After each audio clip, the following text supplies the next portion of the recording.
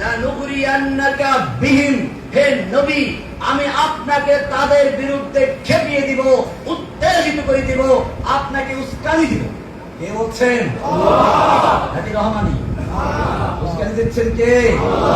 লানুগরিয়ান্নাকা বিহিম সুম্মা লা ইউজাবিরুনাকা ইল্লা কালিলা। অতঃপর তারা আপনার প্রতিবেশী হয়ে আপনার দেশে আর থাকতে পারবে না, একেবারে বিদেশ পাঠাই দেওয়া হবে। সুম্মা লা ইউজাবিরুনাকা ইল্লা কালিলা, অল্প কিছু থাকতে পারবে। মালউনিন, যে কয়দিন থাকবে সে কয়দিনও থাকবে তারা অভিশপ্ত হয়ে। এরপরে কি বলতেন শুনুন, কান খুলে শুনুন, চোখ দিয়ে দেখুন, অন্তর দিয়ে বুঝুন। সাংবাদিক ভাইদেরকে বলছি, যদি মুসলিম হয়ে থাকো, মুসলিম ঘরের সন্তান হয়ে থাকো, কোরআন বিশ্বাস করো। কোরআনের পরে কি বলছে শুনো। রহমানি বলে নাই, সূরা আহজাব 33 নম্বর সূরা 61 নম্বর আয়াত, 60 নম্বর আয়াত, 61 নম্বর আয়াত।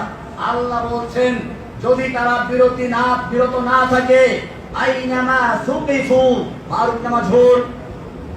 মাজহুর কাকে বলে? মা লাম ইউসাম্মা ফাইলুহু, যার ফাইল উল্লেখ থাকে না, অর্থাৎ যে কেউ করবে। পরিষ্কার দেখুন কোরআনে আল্লাহর বর্ণনার ভঙ্গিমা দেখুন, তরজ তরিকা দেখুন। আস-সারিকু ওয়াস-সারিকাতু ফাকতাউ আইদিয়াহুমা, চোর চুরনি যদি চুরি করে তাদের হাত কেটে দাও, মারুফের সিগা। কারণ এটা রাষ্ট্র করবে। কে করবে? এটা ব্যক্তিগত বিষয় না। চুরি করলে আপনি হাত কাটতে পারবেন না।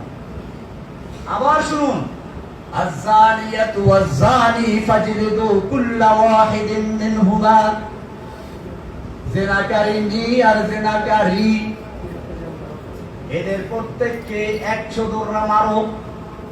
তোমরা মারো মানে রাষ্ট্র, মারুফের সিগা। এই ধারায় এখানে কি হওয়া উচিত ছিল? মারুফের সিগা হওয়া দরকার ছিল, কিন্তু এখানে মারুফ আসে না, কি এসেছে? প্যাসিভ এসেছে। একদম না। কি বলা হচ্ছে? আইনামা সুকিফু, ওদেরকে যেথায় পাওয়া যাবে, সংসদে পাওয়া যাক, রাস্তায় পাওয়া যাক, পত্রিকা অফিসে পাওয়া যাক, অথবা কোন নেতা নেত্রীর বাসায় পাওয়া যাক, এমনকি যদি তাদেরকে সেনাবাহিনীর ক্যাম্পেও পাওয়া যায়, আইনামা সুকিফু, ওদেরকে যেখানেই পাওয়া যাবে, উখিযু, পাকড়াও করা হবে না, আখাযু। উখিযু মারুফ না মাজহুর? অ্যাক্টিভ না প্যাসিভ? কেন বলা হলো? এইটা করার জন্য রাষ্ট্র লাগবে না, যে পাবে সেই কাজটা করতে পারবে। আইনামা সুকিফু, ওদেরকে যেখানেই পাও তোমরা পাওয়া যাবে, উখিযু, ওদেরকে পাকড়াও করা হবে। বলে তারপরে কি করা হবে? জেলে দেওয়া হবে। কি রাখাটা? জেল না ওদের জন্য। ওয়াকুতিলু তাকতিলা, ওদেরকে কেটে টুকরো টুকরো করে ফেলো। কে করেছেন? আল্লাহ। ওয়াকুতিলু তাকতিলা। এরপরে কি বলে শুনুন, সুন্নাতুল্লাহ, এটাই হচ্ছে আল্লাহর সুন্নাত, এটাই হচ্ছে আল্লাহর রীতি। সুন্নাতাল্লাহিল্লাযীনা ক্বাদ খালাউ মিন ক্বাবলিকুম, তোমাদের পূর্বে যারা অতিবাহিত হয়েছে তাদের জন্য এই রীতি আল্লাহর ছিল। ওয়ালান তাজিদা লিসুন্নাতিল্লাহি তাবদীলা, কিয়ামত পর্যন্ত আল্লাহর এই রীতিতে, আল্লাহর এই নীতিতে তুমি কোনো তাবদীল পাবে না, পরিবর্তন পাবে না। 33 নম্বর সূরা 60 এবং 61 নম্বর আয়াত শুধুমাত্র রেডি করলাম। আয়াতটা কার? আল্লাহ। কোরআন কি জিনিস? আল কোরআন কালামুল্লাহ। কোরআন কি? কোরআন কোনো মাখলুক নয়, আল্লাহর কালাম। সুতরাং আল্লাহ নিজে বলছেন, আমি শুধুমাত্র এই আয়াতটা রেডি করেছিলাম। তারপরও পরিষ্কার আসলে আমি কোনো দল গঠন করি নাই, আমি কাউকে মারতেও করি নাই, আমি আয়াতটা শুনিয়ে দিয়েছি, এর উপরে পড়ে লিখেছি। আমার নামে মামলা হলো বলগার রাজীব হায়দার হত্যা মামলা। এই মামলাটা দ্রুত বিচারে নিয়ে আসা হলো। সাংবাদিক ভাইদের উদ্দেশ্যে বলছি, ভালো করে শুনুন। ওই মামলার রায় হয়েছিল 2015 সালের 31শে ডিসেম্বর মাসে জজ কোর্ট বন্ধ থাকে, কিন্তু আমাদের ওই কোর্ট খোলা ছিল। সারা দিন ব্যাপী কোর্ট চলত, সন্ধ্যার সময় কোর্ট চলেছে। এরপরে রায় দেওয়া হলো। ওই রায়ের 285 রায়ের কপি 285 নম্বর পৃষ্ঠায় স্পষ্ট লেখা আছে, এই মামলার আসামি তখন ওই যে শাহবাগের আন্দোলনকে কেন্দ্র করে আমাদেরকে শিবির বলা হয়েছিল, জামাত বলা হয়েছিল। দেখে এগুলো পায় না, পরে আনসারুল্লাহ বানানো হলো। ওইখানে লেখা আছে রায়ের কপিতে, এই আসামিগণ এমনকি দিয়ে রেখেছে আমার কথা, জসিমউদ্দিন রহমানীকে যদিও শিবির অথবা আনসারুল্লাহ বাংলা টিমের আধ্যাত্মিক নেতা, গুরু ইত্যাদি বলা হয়েছে, কিন্তু এটা রাষ্ট্রপক্ষ প্রমাণ করতে সম্পূর্ণ ব্যর্থ হয়েছে। জজ কোর্ট থেকে কপিটা বের করুন, সাংবাদিকদেরকে বলছি, বের করে দেখুন সেখানে কি লেখা আছে। আদালতের রায়ের মাধ্যমে স্পষ্ট হয়েছে রহমানী কোনো দলের সাথে সম্পৃক্ত নয়। সুতরাং আপনারা যদি এর পরেও আমাকে এইভাবে লেখেন, আদালত অবমাননার জন্য আপনারা দায়ী থাকবেন এবং সেজন্য আইনের ব্যবস্থা না হতে পারে। কাজেই এই বিষয়গুলো স্পষ্ট করতে হবে। আল্লাহ এবং আল্লাহর রাসূলকে নিয়ে যদি কোনো ব্যক্তি কটূক্তি করে, অবমাননা করে, আল্লাহর কোরআনের বিরুদ্ধে কথা বলে, মনে রাখবেন এই বাংলার জমিনে তাদের থাকার কোনো ইচ্ছা নাই। তাদের ইচ্ছা হলো বিদেশ যাওয়া, বিদেশ যাওয়ার জন্য তারা এগুলো করে। কাজে আমি বলছি না বাংলাদেশের তাওহীদি জনতা জেগেছে, ওদেরকে একবার চিরস্থায়ী বিদেশ পাঠিয়ে দেবে। ভাইয়েরা আমার, আজকে আমাদের মনে রাখতে হবে, এই জাগরণকে ধরে রাখতে হবে। এরপরে যদি কোনো চক্রান্ত শুরু হয়, আজকে যেভাবে ওলামায়ে কেরাম, তলাবায়ে ইলম, স্কুলের ছাত্র, মাদ্রাসার ছাত্র, তাওহীদি জনতা একাত্র হয়ে ময়দানে নেমেছিল, ঠিক এই ঐক্যবদ্ধতাকে ধরে রাখতে হবে। কিয়ামত পর্যন্ত যদি আমরা এরকম থাকি, তাহলে ইসলামকে কেউ ধ্বংস করতে পারবে না ইনশাআল্লাহ। আমাদের সেজন্য প্রথম কাজ হচ্ছে ঐক্যবদ্ধ থাকা। 2 নম্বর কাজ হচ্ছে এই চেতনাকে, হাসিনা যেমন একটা চেতনা তৈরি করেছিল, আমাদেরও চেতনা তৈরি করতে হবে। আমি মূলত আসলে কোন দলের সদস্য ছিলেন, এই বাস্তব। আমার কি কাজ ছিল, আমি যখন দেখলাম গণজাগরণ মঞ্চ তৈরি করলো এবং তারা সারা বাংলাদেশে একটা জাগরণ তৈরি করার চেষ্টা করলো, যদিও তাদের স্লোগান ছিল রাজাকার বিরোধী, কিন্তু এই রাজাকার বিরোধিতার আড়ালে ছিল ইসলাম বিরোধিতা, ইসলামের বিরুদ্ধে চেতনা তৈরি করা। তখন আমার ইচ্ছা ছিল বাংলাদেশে ওই গণজাগরণকারীদের বিরুদ্ধে একটা তাওহীদের জাগরণ তৈরি করা। এই জাগরণ নিয়ে মাঠে নেমেছিলাম এবং আলহামদুলিল্লাহ আজকে দেখতে পাচ্ছি, আমি যদিও সে সময় শুরু করেছিলাম, আজকে বাংলাদেশের যে প্রান্তে যাই, এখনো যাওয়ার সুযোগ হয় না, শুধু কয়েকটা মসজিদের চিকিৎসা জন্য গেছে নামাজ পড়ার জন্য, যে মসজিদে যাই কোনো ঘোষণা নাই, কিচ্ছু নাই, দেখেই বলে জানে রমেশ আছে।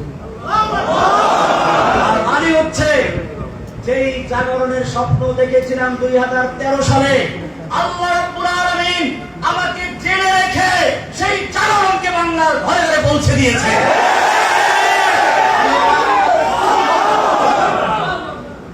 আমি বাংলাদেশের প্রতিটি জনগণকে, তাওহীদি জনতাকে বলবো, এখন আমাদের একই কাজ, अब हमारा एक ही काम इंतकाम इंतकाम। আমাদের একই কাজ এখন, ইন্তেকাম মানে প্রতিশোধ। আমি জেল থেকে মুক্ত হয়ে বলেছিলাম, প্রতিশোধ শুনলেই তো সবাই কান খাওয়া করে, আমার প্রতিশোধ দিতে বলেছে। আমি বলেছিলাম এই প্রতিশোধ ঠিক আছে, কিন্তু প্রতিশোধের আমার প্রথম কাজ ক্ষমা করে দেওয়া। যেমন আজকে এখানে আমি বলেছি যে সাংবাদিক ভাইয়েরা বিগত সরকারের চাপে পড়ে হোক অথবা শিখানো মিথ্যা হোক আমার বিরুদ্ধে অপপ্রচার করেছে, আমি তাদেরকে ক্ষমা করে দিয়েছি। আল্লাহ রাসূল সাল্লাল্লাহু আলাইহি ওয়াসাল্লাম আমাদের শিক্ষা দিয়েছেন, আমাদের প্রতিশোধটা এভাবেই হয়, ক্ষমার চেয়ে কোনো বড় প্রতিশোধ নেই। রাসূলুল্লাহ সাল্লাল্লাহু আলাইহি ওয়াসাল্লাম যখন মক্কা বিজয় করলেন, 10,000 তরবারি তার ইশারার অপেক্ষায় আছে। একটু যদি বলেন যে খালি মক্কার কুফারদের শেষ করে দাও, সব শেষ হয়ে যায়। আল্লাহর নবী জিজ্ঞেস করেছিলেন, ওহে মক্কার লোকেরা, আজকে তোমরা আমার থেকে কেমন আচরণ আশা করছো? মক্কার লোকেরা তো জানে আমরা কারা। মক্কার লোকেরা জানে তারাই ওই লোকগুলো যারা রাসূল সাল্লাল্লাহু আলাইহি ওয়াসাল্লামকে হত্যা করার জন্য ঘেরাও করেছিল। তারা ওই লোকগুলো যারা বেলালকে দুপুরে রোদ্রে চিৎ করে শুয়ে রেখে উপরে পাথর চাপা দিয়ে রেখেছিল। তারা ওই লোকগুলো যারা বেলাল রাদিয়াল্লাহু তাআলা আনহুকে নির্যাতন করলো, সুমাইয়া রাদিয়াল্লাহু তাআলা আনহাকে অত্যাচারে বর্ষা দিয়ে আঘাত করে হত্যা করেছিল। এই লোকগুলোর এখন একটু পানি আসলো মুখে, বলতে একজন উত্তম চাচার থেকে, উত্তম ভ্রাতার থেকে যা আশা করে সেই আশাই আমরা করছি। আল্লাহ নবী সাল্লাল্লাহু আলাইহি ওয়াসাল্লাম বলেছিলেন, আজকে আমি তোমাদের জন্য সে কথাই বলছি যা বলেছিলেন আমার ভাই ইউসুফ আলাইহিস সালাম তার ভাইয়ের উদ্দেশ্যে। যখন তার ভাইয়েরা তার হাতে ধরা পড়লো, তার কাছে আসলো, তখন তিনি যা বলেছেন আজকে তাই বলছি, লা তাসরিবা আলাইকুমুল ইয়াউম, আজকে তোমাদের বিরুদ্ধে আমার কোনো ক্ষোভ নেই, কোনো প্রতিশোধ নেওয়ার ইচ্ছা নেই। ইযহাবু আনতুম তুলাকা, তোমরা সব যাও, তোমাদের সকলকে আমি আম ক্ষমা ঘোষণা করলাম, সাধারণ ক্ষমা ঘোষণা করলাম। এটার নাম হচ্ছে প্রতিশোধ। দুশমন যখন হাতের মুঠোর মধ্যে চলে আসে তখন দুশমনকে মারা সহজ, কিন্তু ক্ষমা করা কঠিন, রাগ নিয়ন্ত্রণ করা কঠিন। আমাদের প্রিয় নবী, আমাদের রাসূল সাল্লাল্লাহু আলাইহি ওয়াসাল্লাম শিক্ষা দেন নাই অসহায় মানুষকে হত্যা করার জন্য। তিনি বললেন, দুশমন যখন হাতের মুঠোর মধ্যে চলে আসে তাদের ক্ষমা করে দেওয়া সবচেয়ে বড় কাজ। কিন্তু এই ক্ষমা সকলের জন্য প্রযোজ্য নয়। যাদের অন্যায় সীমা অতিক্রম করেছে তাদের বেলায় ক্ষমা প্রযোজ্য নয়। আল্লাহর নবী সাল্লাল্লাহু আলাইহি ওয়াসাল্লাম সেই মক্কা বিজয়ের মহান ক্ষমার দিবসে 13-14 জন বা আরো কিছু কম বেশি লোককে ক্ষমা মাফ করলেন না, তাদেরকে ক্ষমার বাইরে রাখলেন। অবশ্য তাদের অনেকেই পরে ইসলাম কবুল করেছে। এর মধ্যে একজন ছিল ইবনে খাতাল, যার অপরাধ ছিল ইসলাম কবুল করে মদিনায় গিয়েছিল। পরে সে আসলে ছিল মুনাফিক, মক্কায় চলে আসলো, দুটো দাসী কিনে আল্লাহর নবীর বিরুদ্ধে সমালোচনামূলক গান গাওয়াতো, নর্তকী, কনসার্ট করত। আল্লাহর নবী সাল্লাল্লাহু আলাইহি ওয়াসাল্লাম ইবনে খাতাল সম্পর্কে বললেন যে তাকে ক্ষমা করা হবে না। আল্লাহর নবী এখনো লোহার টুপিটা খোলেন নাই, মাথায় এখনো লোহার অস্ত্রটা, লোহার সেই হেলমেট বা লোহার পোশাকটা আছে। এর মধ্যে একজন এসে বলল, ইয়া রাসূলুল্লাহ, ইন্না ইবনা খাতাল মুতাআল্লিকুন বিআস্তারিল কাবা। ওই যে ইবনে খাতাল যাকে ক্ষমা করা হয় না, সে তো কাবার গিলাফ ধরে আছে। আর কাবা সম্পর্কে কোরআনে বলা আছে, ওমান দাখালাহু কানা আমিনা। শুধু কাবা নয়, কাবার যে হেরেমের সীমানা, হারামের সীমানা, এই সীমানার মধ্যে যে প্রবেশ করবে সেই নিরাপদ থাকবে। এই তো কাবার গিলাফ ধরে আছে, একে কি করবে? আল্লাহ নবী সাল্লাল্লাহু আলাইহি ওয়াসাল্লাম বললেন, এই ইবনে খাতাল কাবার হারামের ভিতরে নয়, তওয়াফের জায়গায় নয়, কাবার গিলাফ ধরে ঝুলে থাকলে তাকে ওখানে হত্যা করে দাও। এভাবে আজকেও যারা জেনে বুঝে ইচ্ছা করে আমাদের সেই কচি কচি ছাত্রদের বুকে গুলি চালিয়েছে, যারা নিরস্ত্র আবু সাঈদের বুকে গুলি চালিয়েছে, তাদের যদি ক্ষমা করা হয় তাহলে ইতিহাস আমাদের ক্ষমা করবে না।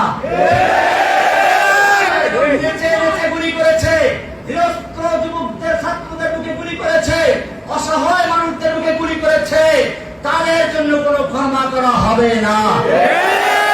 তাদের প্রাপ্য শাস্তি তাদেরকে পেতেই হবে।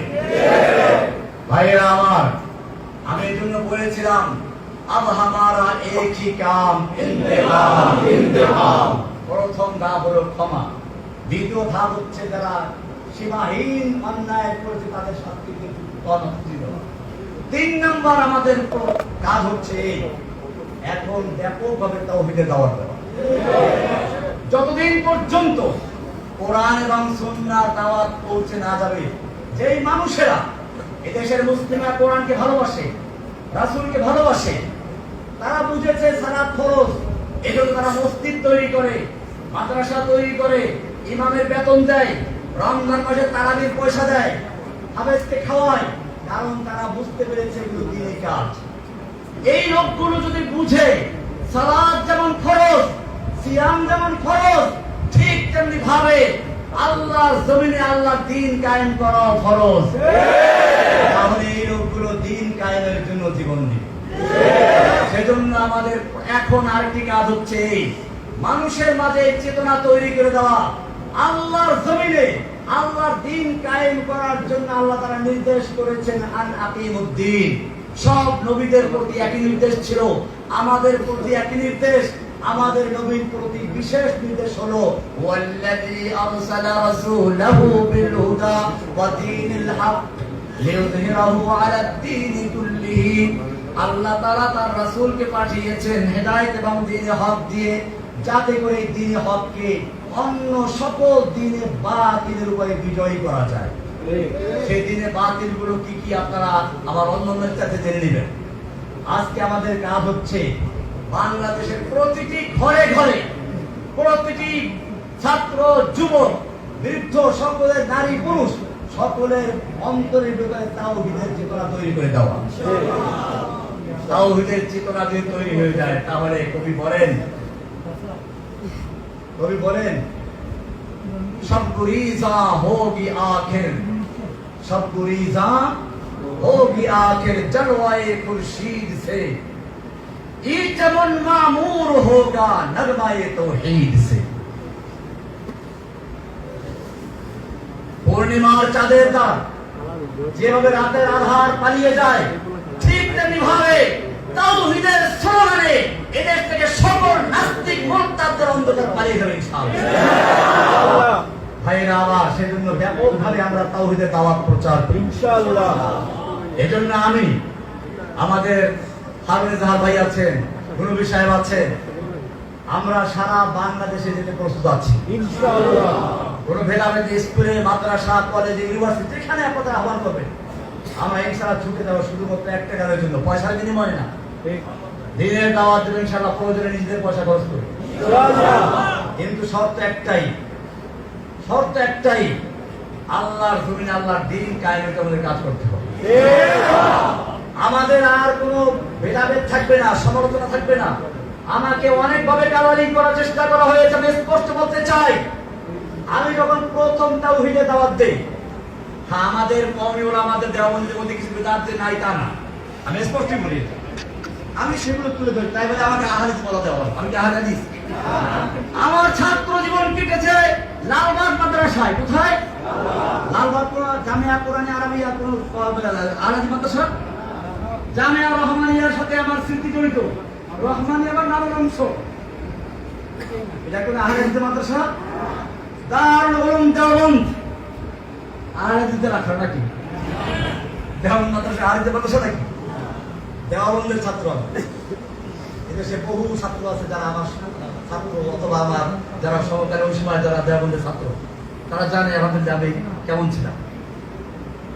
আলহামদুলিল্লাহ দেওবন্দের ছাত্র আছেন আমাদের হারুদার সাহেবের শ্বশুর, আলহামদুলিল্লাহ নবী সাহেব, সাহেবুল সাহেব উনিও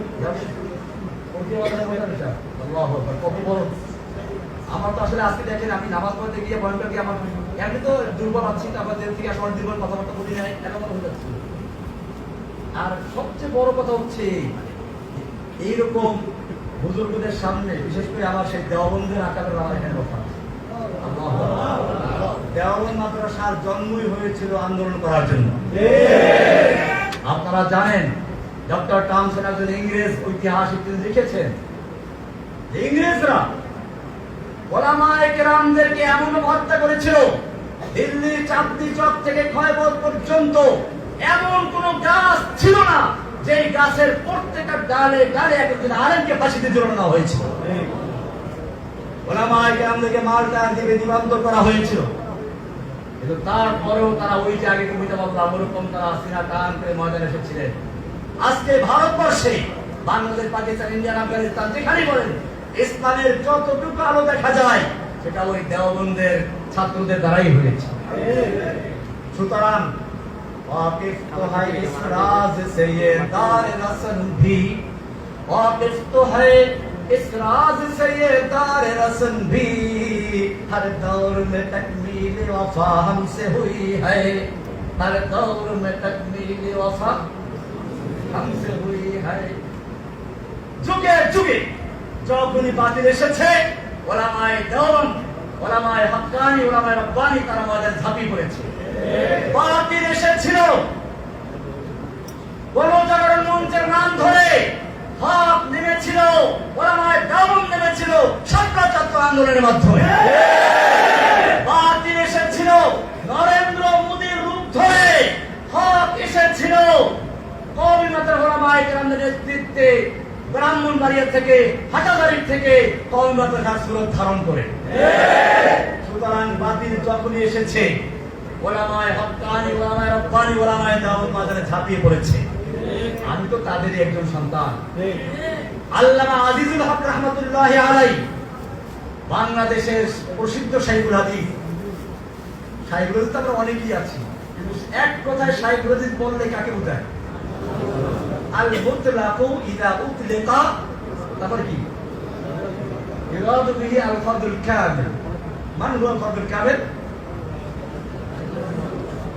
যদি শুধু বলা হয় শাইখুল হাদিস তাহলে কাকে বোঝায় এই যে দুনিয়া থেকে চলে গেলেন কত বছর হয়ে গেছে এখন পর্যন্ত কি আছে তার নাম জীবিত আছে আল্লামা শাইখুল হাদিস রাহমাতুল্লাহ আলাইহি দেখতাম যখনই কোনো এরকম ইসলামী কোন কার্যক্রম শুরু হয়ে গেছে তিনি বলতেন আবু বকর রাদিয়াল্লাহু সেই মহান উক্তি আয়ান কুসুদ্দিন ওয়া আনা হাই দ্বীনের সামান্য ক্ষতি হবে আর আমি জীবিত থাকবো এটা হতে পারে তিনি ময়দানে ঝাঁপিয়ে পড়েছেন তিনি বারবার জেলে গিয়েছেন নির্যাতিত হয়েছেন আমি তো তার ছাত্র আল্লামা আজিজুল সাহেবের ছাত্র মুফতি আমিনীর ছাত্র আমি লালবাগের ছাত্র আমি মারিফাত এটা জানে না আমি জানি রহমানের লালবাগের লালবাগ থেকে শুরু পরে রহমানি থেকে শেষ দাওরা শেষ করে তারপরে দেওবন্দ গেছি ভাইয়েরা আমার তাহলে কেন আমাকে এই কালারিং করা হলো আমি আপনাদের সামনে স্পষ্ট বলি আমার বক্তব্যের কিছু ভাষা করা হয়েছে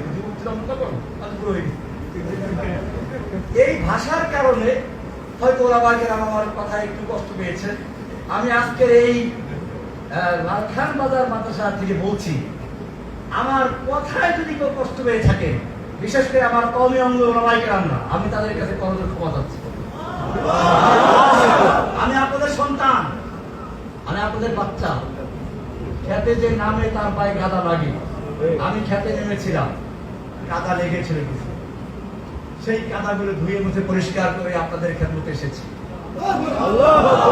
ইনশাআল্লাহ বাকি জীবনটুকু যেন ওলামায়ে দেওবন্দ ওলামায়ে হক্কানি ওলামায়ে রব্বানি তাদের সাথে থেকে ইসলামের বিজয় দেখে যেতে পারি সেই জন্য আপনাকে দোয়া কামনা করছি এখন আমার একই কাজ ইউযহারু আলা দ্বীনে সকল দ্বীনে বাতিলের উপরে দ্বীনে হককে বিজয়ী করার জন্য বাংলাদেশের প্রান্তে প্রান্তে ছুটে যাওয়ার ইচ্ছা আছে ইনশাআল্লাহ এই শাইখুল হাদিসরাও ইনশাআল্লাহ আমাদের সাথে থাকবেন শুধু আমরা মাঝবয়সীরা না আমাদের সঙ্গে এই বৃদ্ধরা থাকবেন যুবকরা থাকবেন জেনে রাখবেন কোন একটা বিপ্লব যদি তৈরি হতে হয় যুবকের রক্ত মুরব্বীদের পরামর্শ ধনীদের অর্থ কয়টা বললাম আবার শুনেন ওসমানদের অর্থ ওসমান বলি অর্থ আলীর মতো যুবকদের শক্তি আর আবু বকরের মতো মুরব্বীদের ছায়া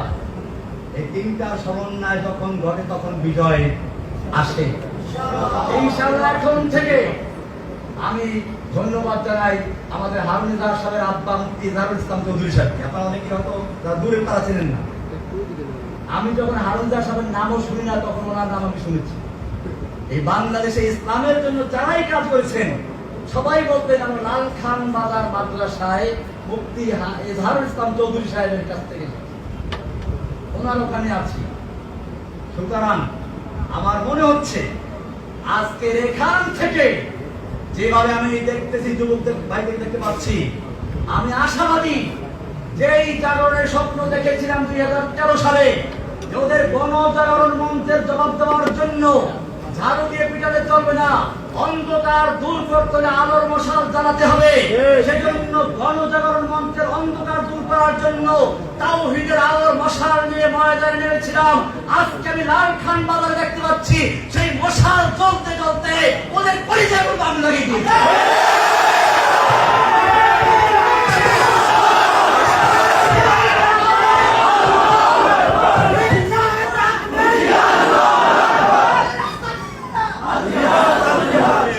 যখন আমাকে আহলে হাদিস বলে প্রচার করা হলো, তা দিয়ে কাজ হলো না। এরপরে ধরলো সবচেয়ে বড় অস্ত্র, জঙ্গি। এই জঙ্গি শুধু আমাকে নয়, যেই কোন ইসলামের জাগরণ তৈরি করার মতো কোন প্রোগ্রাম নিয়ে মাঠে এসে তাকে জঙ্গি বলা হয়েছে। সুতরাং আমাদের পিছনে এখনো লাগা আছে। এখন থেকে যদি আমাকে বা অন্য কাউকে, যে কোনো আলেমকে যদি কোনো তকমা দেওয়া হয়, যদি কোন রকম অপবাদ দেওয়া হয়, সেটা হোক মামুনুল হক, হোক হারুন এজাহার, হোক জসিমুদ্দিন রহমানী, হোক গুলবি, হোক আলী হাসান উসামা, হোক রফিকুল ইসলাম মাদানী, এরকম আরো যাদের নাম না জানা আছে, আপনারা প্রত্যেকটা আলেমের পক্ষে ঢাল হয়ে ইনশাআল্লাহ তাদেরকে বাঁচাবার করবেন। আপনারা সেই ঢাল, আপনারা সেই যুবক যারা রাসূল সাল্লাল্লাহু আলাইহি সাল্লামকে উহুদের ময়দানে একা হয়ে পড়েছেন, তীর তরবারি আঘাত আসছে, সাহাবায়ে কেরাম নিজেদের বুকটাকে ঢাল সঁপে দিয়েছে। আমি চাই বাংলাদেশের ছাত্র জনতা যারা পুলিশের গুলির সামনে নিজের বুক পেতে দিয়েছো, আবারও যদি কোনো আলেমের উপর আক্রমণ আসে, কোন আলেমকে ছেড়ে তোমার চক্রান্ত করা হয়, তোমাদের সে বুকে তাজা রক্তের মাঠে অবতরণ করতে হবে। अब हमारा एक ही काम, এই ময়দানে যদি অবতরণ হন, জেনে রাখবেন তারা মরে না।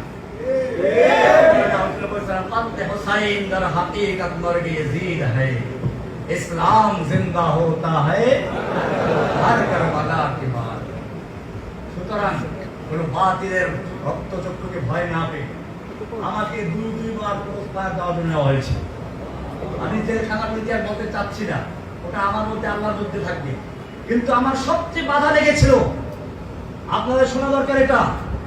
আমাকে বলা হয়, রহমানী সাহেব কথা তো অনেক বলেছেন, অনেক শক্তি দেখিয়েছেন, আল্লাহ আপনাকে দেখে না, আল্লাহ ব্যস্ত আছে। কোরআনে বলা, শোনেন কি বলে, শোনেন নাউযুবিল্লাহ পরে বলেন, শোনেন কি বলে। তারা বলতে চায় কোরআনে আছে ওই যে ইয়াসআলু মান ফিস সামাওয়াতি ওয়াল আরদি কুল্লা ইয়াউমিন হুয়া ফি শান। ওই যে আল্লাহ তো এখন ব্যস্ত আছে, শানটা ব্যস্ত হয়েছে, আল্লাহ তো এখন ব্যস্ত আছে। সানাফুরু লাকুম আইয়ুহাস সাকালান, আল্লাহ আমাদেরকে ছেড়ে দিয়েছেন ধরবো, তো যখন ধরবে তখন বুঝবে। এখন তো আমরা আপনাকে ধরছি, এখন আমরা যা করি আল্লাহ আমাদের ধরবে না। চিন্তা করেন কোরআন কি কত অপব্যাখ্যা করছে। এটা নিশ্চয়ই কোন শয়তানকে শিক্ষা দিয়েছে। আমি তখন প্রতিবাদ করেছিলাম, এরপরে আমাকে ক্রস ফায়ার দেওয়ার নিয়ে গেল।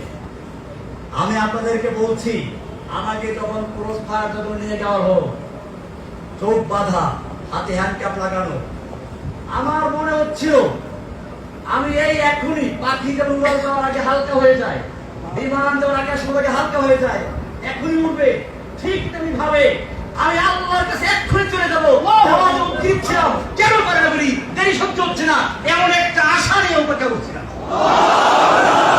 আমি মনে করি তখন যদি আমাকে গুলি করা হতো, হয়তো আমার মাঝে আর আল্লাহর সাথে সাক্ষাতের মাঝে শুধুমাত্র গুলিটাই ব্যবধান। আজকে ভয় পাওয়ার কোনো কারণ নেই, ভয়ের কারণ নেই।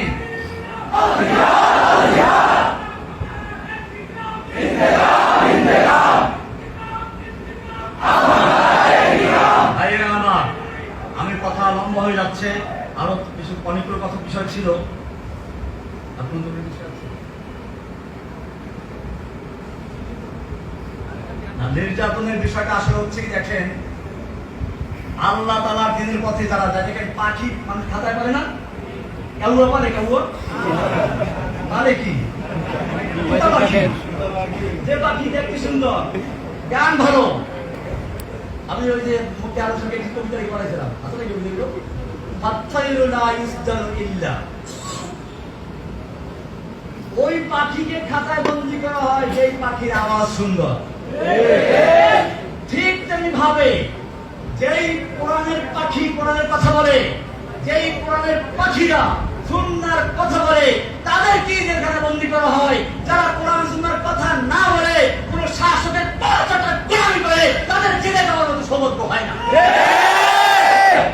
অনেকে মনে করে জেলখানা নাকি যায় কারো বদদোয়ার কারণে। আমি নাকি কোন বুজুর্গকে তিরস্কার করার বদদোয়া করে জেলে গেছি। কোরআনে আছে, নবীদেরকে এই কথাই বলা হতো, ইল্লা আতারাকা বাদু আলিহাতিনা। আমাদের কোন দেবদেবী কাউকে কি করতে বদদোয়া দিয়েছে, তাই সে জেলে গেছে। আমি আপনাদের জিজ্ঞেস করতে চাই, ইউসুফ আলাইহিস সালাম জেলে গিয়েছিলেন কার বদদোয়ায়? না। আমাদের রাসূল সাল্লাল্লাহু আলাইহি ওয়াসাল্লামকে 3 বছর পর্যন্ত এই কারাগারের মতো না, এই কারাগারে খাওয়ান দেয়, পানি দেয়। আমাদের নবীকে যে কারাগারে আটকে রাখা হয়েছিল, সেখানে খাবার ছিল না, পানি ছিল না, উত্তপ্ত মরুভূমির বালু ছিল, পাহাড় ছিল। 3 বছর পর্যন্ত সে আমি পারবে। শুধু আমাদের নবীকে নয়, নবীর পুরো বংশকে সেখানে বন্দী করে রাখা হয়েছিল। কারো বদদোয়ায়? না। ইমাম আবু হানিফা রাহমাতুল্লাহ আলাইহিকে বন্দী করা হয়েছিল। এক রাওয়ায়াতে বলা হয় যে উনি জেলখানাতেই মারা গেছেন, আর কেউ তার সাথে না মুক্ত করা হয়েছিল, কিন্তু গৃহবন্দী অবস্থায় মারা গেছেন। যে অবস্থায় বন্দী অবস্থায় মারা গেছেন, তিনি কি আলবদা করেছিলেন? ইমাম আহমদ বিন হাম্বল রাহমাতুল্লাহ আলাইহিকে কারারুদ্ধ করা হয়েছিল, নির্যাতন করা হয়েছিল। ইমাম ইবনে তাইমিয়ার লাশ কারাগার থেকে উঠেছিল। এই সবাই কি কোন বুজুর্গকে তিরস্কার করে বদদোয়ার খপ্পরে পড়েছিলেন? না। বরং পরিষ্কার শুনুন, ওই যে বললাম জেলখানায় যেতেও ভাগ্য লাগে। জেলখানা সবার জন্য নয়। কাউয়া কোনোদিন কেউ পারে না। পালে ময়ূর, পালে তোতা পাখি, আর হয়তো রূপ আছে অথবা কি আছে, গুণ আছে। যার কোনোটাই নাই, তাকে কেউ খাঁচায় বন্দী করে খামাখা খাওয়ান দেয় না।